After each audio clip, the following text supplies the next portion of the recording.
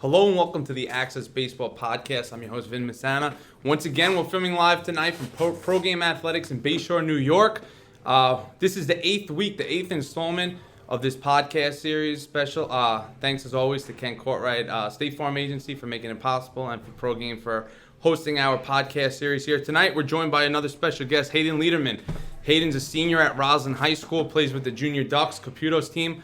And he just committed to the University of Chicago. And, everybody wants to play college baseball, but very few people get to make that a reality, and even fewer get to do so at a prestigious university like University of Chicago, which is basically a top 30 school in the nation. So, Hayden, let's talk about that. I mean, what drew you to the University of Chicago?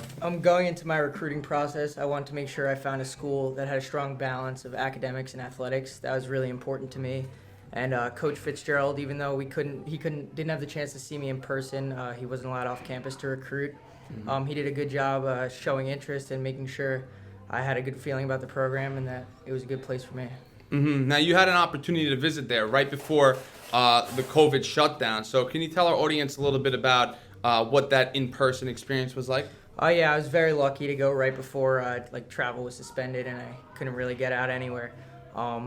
But it was a beautiful campus. I wanted to be near a city, and Chicago is as good as it gets in terms of that. And I was really excited. I really liked the campus. Yeah, and one of the reasons why you couldn't announce your commitment is you have to actually wait till you get accepted into the school, right? The University of Chicago, along with other schools that I was interested in, that had interest in me, they couldn't really make an offer until they received my application, and it passed screening by the admissions department, so I had to wait a little bit longer. Yeah, so a little different than some of the other athletes who, it's a little easier to get into the school. So, let's talk about the Junior Ducks, one of the top programs on Long Island, and especially Caputo's team specifically. College players up and down the roster. I mean, we had John Rizzo on podcast, the second episode here. I mean, you guys form outstanding top of the rotation right there. Matt Hines, who just committed recently, just up and down the roster. Brendan Williams, of course. So talk about your experience with the Ducks and also this summer. It seemed like you guys put it all together. Yeah, I mean, we have a bunch of guys. We're a really close group, and we have a bunch of guys who will compete. Even if we're not on our best game, guys will do everything they can to keep us in the game. We have pitchers like Brendan and John, Jason Schwartz, Matt Hines. Anytime they're on the mound, we feel like we have a good chance at winning. Even if they don't have their best stuff, we know they're going to compete to keep us in the game. And catcher Ryan Thompson, Tony Gelabert, they're great behind the plate, good bats, a bunch of guys that really help us out. Yeah, Ryan's a very underrated player in my opinion. He had a great tournament at Baseball Heaven, Northeast Elite. And it seems like he's somebody that just galvanizes the unit. It seems like he's a leader. I don't want to put words in your mouth, but I mean, what is it like throwing to a catcher that has those leadership qualities? Yeah, I mean, he came to our team this year. He was with Woodbury Sports previously, and he fit in right away. He's a great guy, and he has a good understanding for catching and a good feel for the game, and he knows what pitches to call in situations. So it's very nice to have a catcher like him behind the plate. And going back to Brendan Williams, I mean, that game, that Sunday night game was about as good as it gets. I haven't stopped talking about it to anybody that's willing to listen. Him versus Tommy Ventimiglia, two of the outstanding arms that I've seen this year. Neither of them would give an inch. Brennan struck out 14 in 7 innings, and Tommy struck out 17 over 9 innings. I mean, just being a part of that game, have you seen anything better than that? I mean, there's not many games that are better than that. You got two competitors just giving it everything they have, two great arms. And, I mean, as a hitter, it's tough to go against a pitcher like that, both sides. And it was fun to watch. Yeah. And you guys also won the Axcess Invitational back in July. I remember watching you pitch very well. You threw 87 that day, and you also had a big RBI hit, I think. I mean, looking back on that tournament, what stood out? We just like I said before, we have a bunch of guys who are looking to compete in every game. It's a lot of the guys bring their best stuff, especially in a tournament setting when there's coverage too.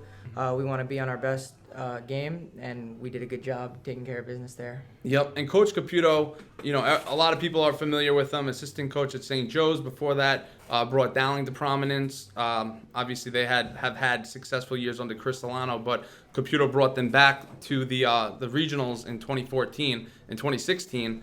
Rather, even as a head coach of a travel team, it seems like he's just very good at bringing out the best in players. Would you agree with that? Definitely. I mean, he has a knack for bring the best out of everyone. Like you said, he has a good feel for the game. He sees things that most other people don't to make everyone on the team a better player.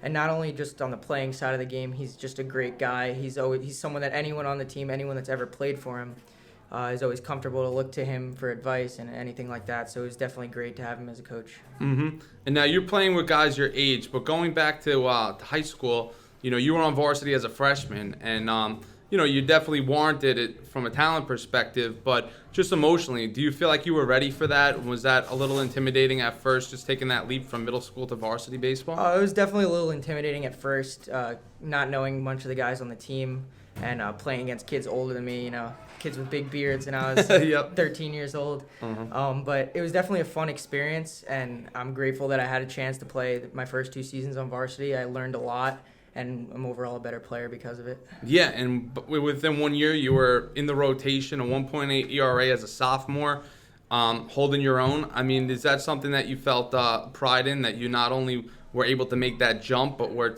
able to solidify yourself as a top player on the team? Definitely. I mean, anywhere I go, I'm always looking to compete, especially at a high level. And at my school, we don't always put so many runs on the board, so I knew I had to bring my best stuff every time I was out on the mound to give us the best chance to win. So, I mean, I was just looking to compete every game, keep us in ball games. Yeah, and now fast forward into 2021. Can you give our audience a little glimpse of the Roslyn team and how the composition of that roster is? Yeah, so we had 5 sophomores that played key roles on the varsity team 2 years ago. So we're looking forward to our senior season. We're gonna have 5 guys that have had the experience, that have had varsity at bats. We have Jordan Zucker, who's as good of a hitter as there is. Daniel Rossman, Justin Michal, just great all-around players, and we're just looking to compete and win enough ball games to make the playoffs and try and make a run. Mm-hmm. Now, before the season starts, obviously we got some downtime here. The season's going to be starting a little bit later. So, from a personal standpoint, what do you feel like you need to work on, to bridge that gap to become the best player you could be? I definitely want to be in the weight room as much as possible. I've been doing some weighted balls, the drive line throwing program with a lot of their workouts. So I'm just trying to stay in shape, stay ready, because we don't know what's going to happen for the season. Mm-hmm. So just making sure I'm on top of my pitches, my arm stays loose, and my body is the best it can be when it comes time to play in the spring. Mm-hmm. Now, you played basketball as a freshman and a sophomore. You noted before we started recording that you were going to take off last year anyway, aside from the COVID. So do you feel like the training is different in any way? I haven't had too many people come on here that were basketball players, so just curious how the training differs as a basketball and baseball player. Yeah, definitely. I mean, basketball is similar to baseball in that it's like a lot of one-on-one matchups. Baseball, it's one-on-one as a pitcher versus the batter when you're hitting against the pitcher. And it's just, to use my athleticism, it translates across all sports. There's certain things that I learned from basketball that I've taken to my baseball game, and hopefully it goes both ways. Mm-hmm. And who were some individuals that have had an impact on your athletic career? Definitely my dad. He's in the yard throwing with me every day during quarantine, gearing up and trying to catch me. That was very nice. Mm-hmm. I have my older cousin. He's been a baseball player. I've been playing with him my whole life. And my coach, my high school coaches, especially Dan Freeman, he's super passionate about baseball. It's nice to be surrounded by guys who want the best for you and want the best for the program. Mm-hmm. Who are some of the Major League Baseball players that you look up to or try to emulate? As hitters, I like DJ LeMahieu. Hopefully he comes back to the Yankees. Mm-hmm. But he's just a competitor. You feel like he's able to get a hit in any at-bat on any pitch. Yeah, absolutely. And I think anybody that signs him right now is going to get a big boost. Definitely. I think he was undervalued going into the offseason. All we kept hearing about was George Springer, Trevor Bauer, and JT Realmuto. And people forget that this guy hit 364, and he's the only player that you probably can't shift against in Major League Baseball, or one of the few players that you can't shift against. And especially that kind of brings me to, on those lines, just the idea of small ball in baseball. You really just don't see that too much. So, I mean, where do you fall in line with that? Do you like to emphasize the small ball? Definitely. I mean, my coach Tom Caputo is big on small ball. I mean, we've had games in the rain where he said, we're going to bunt 1 through 9 and until there's 2 strikes, and we're going to make them throw a wet ball and make them make a play. Mm-hmm. So small ball wins games. Obviously, it's changing at the higher level, but even in the playoffs, you see that home runs aren't winning games with the Yankees, and small ball definitely has its place in baseball. Yeah, especially at the amateur level. I mean, to use the analogy with bunting, you're not seeing fielders convert those outs on such a guaranteed level, at a high level. So you might as well force them into making mistakes.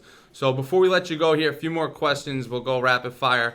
Any pregame superstitions? Pregame, I have the same warm-up routine, same stretches. During the game, I like a Snickers bar. That's usually my routine. All right, good. That's a superstition. I like that. A lot of people are shy to admit what they like to do, but whatever works for you. How about favorite type of food? Favorite type of food? I'm a pizza guy. I like going to the city, trying all different restaurants. That's Like me and my Portnoy. friends do that. Yeah. One bite. Everyone knows the rule. Favorite Netflix show? I gotta go to The Office. Okay. Spotify or Apple Music? Apple Music. Dream car? I'll say BMW.